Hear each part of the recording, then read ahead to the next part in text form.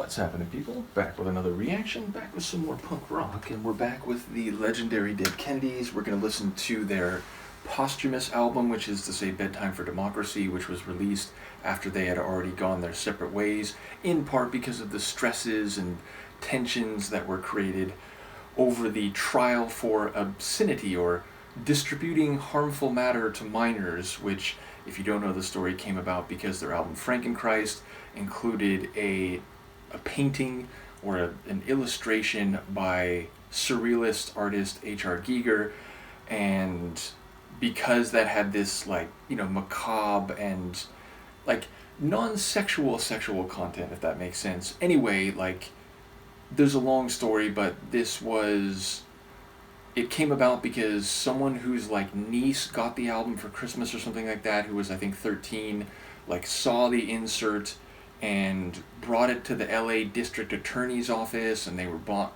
to trial, and it became a big question of, what's free speech, is artistic matter something that we're now going to censor, and so on. Long story short, they were acquitted, but it led to the creation of the harmful matter, or what is the explicit content, the Tipper sticker. Tipper Gore was one of the people who was involved in the PMRC, the Parents Music Resource Center, which essentially would put out a list of artists and albums that people shouldn't buy. And because when the Frankenchrist album came out, it was Jello who really wanted to include that picture, because as he has put it in the years following the incident, he felt like the image was perfectly, it was humanity effing each other to the detriment of everybody. And other band members had said, we don't think we should put that in there, so that created a lot of tension, and it used a lot of money and resources to defend themselves at the trial, which, again, they were acquitted for. But also there was some internal disagreement over the way, royalties were being distributed. So, bottom line, this album was the material they had recorded prior to everything falling apart. I do think it's actually one of their very best albums. I think they're all great, but I think this one has a lot of great songs on it. And it's just unfortunate that it wasn't even a Swan song. It was the Swan was already dead when this came out. But I think it is a fantastic album. And we're going to listen to a tune that, unfortunately, is as relevant now as it was back then. I would argue it's even more relevant now. And it should be clear why I'm saying that as I give a little discussion of what I've always took the lyrics to be, which, again, when I do reactions to punk rock specifically, but to music with lyrics more broadly, I don't hold up my interpretations as definitive or authoritative, just my impression, my thoughts about the lyrics as I have understood and sung along to them over the years. Now, in some cases, some Bad Religion songs, there's a bit more of an abstract poetry to them. And then in other songs, including Bad Religion, but also here with Dead Kennedys and specifically with this song, I think they're a bit more direct in the meaning. But this song, Gone With My Wind, relates to the idea of a president who feels there's not another chance that he'll be elected. There's a sense that he's older in his personal life. He doesn't have many years to live. So you know what? Why don't we just burn it all down? And in fact, why don't we enrich those in my inner circle and those around me? We'll go into the bunker once I hit this red button and send off the nukes, and even if it means cities here get nuked as well and the whole world burns and dies, it's fine. Let's just take out everything. I want to push that red button, and I want to sort of let my, what's the right word for the attitude, this kind of nihilistic, let's burn it all down because I'm not going to be alive much longer anyway. Let's start wars, and even if, again, it means that people here get killed and the whole world burns and dies, so be it. And the foil, or the other side of this, is, on some level, a like-minded, probably Secretary of Defense. The name used is John, and this came out in the 80s, so in some sense we're talking Reagan here. And again, this is 85, so it would have been Reagan's second term. But I don't, Caspar Weinberger was his Secretary of Defense, so I don't know who John is supposed to be. Maybe Secretary of State? But wasn't that, not Brian Baker, that's a member or former member of the Bad Religion crew. It's somebody Baker. Anyway, the point is, I don't know who John is, but John is clearly a high-ranking official, and he's kind of like, whoa, like before you hit that, think about it. You're writing your memoir. You want the sales from that, right? And I think you've maybe just had one too many drinks tonight. So why don't we cut you off and let's just like scale it back and like, yes, let's make money, let's dominate, let's be this imperialistic power, but let's not kill everything. And he's like, no, I want to push it. And eventually John smacks the president on the head, knocks him out, and he's basically saying like, when he wakes up, I'm just going to tell him, oh, that's, we were drinking, and that's just, the bruise or the bump you had on your head from last night's shenanigans, and it's, one more crisis averted, just another day where I've managed to keep the world from burning down because of the petulant nihilism of this megalomaniacal and arrogant and egotistical president. So again, I don't think you don't need to read between the lines when I say that this song feels at least as relevant now as it was back in '85, more than 40 years before or earlier. So yeah, unfortunately this is a song that is every bit as well crafted and terrifying thematically as it was when it came out, and of course it's in adrenaline fueled Dead Kennedy style, meaning they have some slower tunes, even a punk rock ballad, Moon Over Marin. And again, some of their songs, like A Growing Boy Needs His Lunch, they have this heavier kind of like horror punk feel to them. But this one is very much like hardcore. It's fast. It's just fiery, and Jello's vocals are very shouty. So a number of their songs are more in that vein, and this very much fits into that. So let's give it a listen. This is Dead Kennedys from their Bedtime for Democracy album, which, as I said, was released after they actually broke up, and it's Gone With My Wind.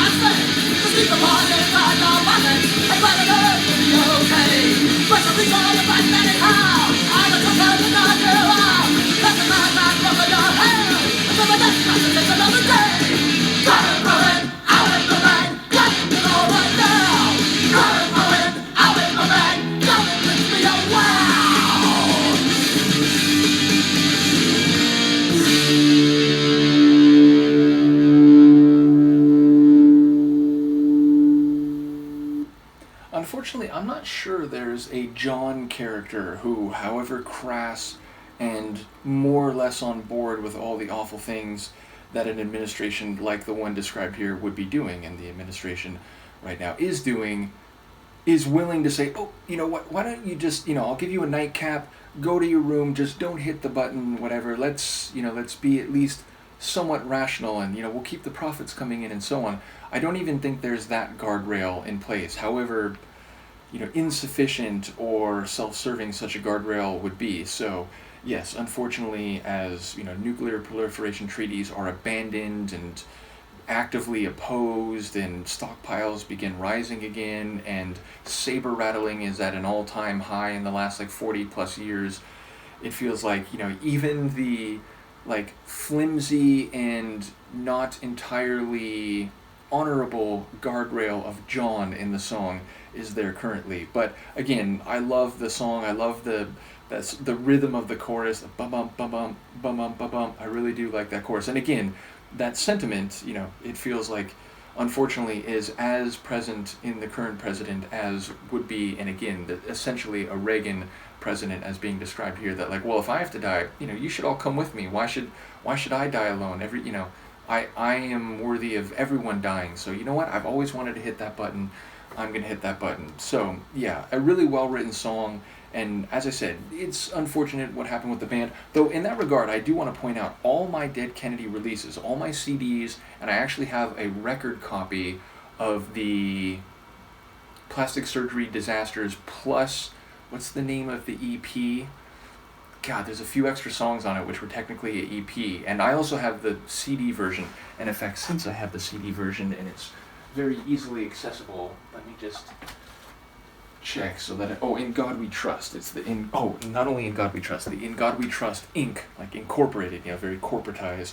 But yeah, I have the CD version with the EP on it also, and indeed it shows like the cover of the EP on the back.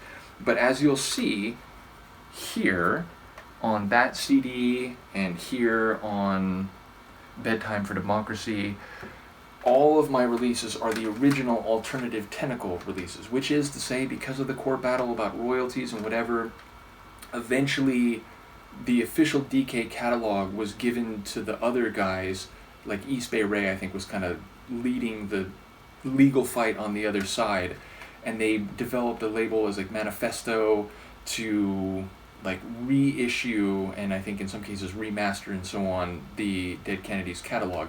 And I don't have a quote-unquote dog in that fight, though ultimately I would side with Jello, who wrote just about all the songs. There's a few exceptions. I think Do the Slag was written by East Bay Ray, and I think there's one that's written by D.H. Peligro, but 95 or something percent of the DK catalog was written by Jello Biafra.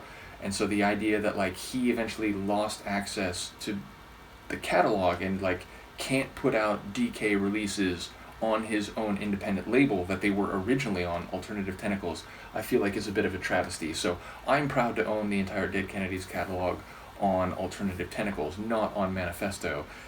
Anyway, that's all side story. Do let me know what you think of the song, and I'll try to do some more Dead Kennedys reactions. It's been a while. Admittedly, I did a lot in the early days and then a smattering of some since then, but I realized as I went to do this batch of reactions when I was thinking, what punk rock should I react to, that it had been quite a while. So I'll try to keep them coming.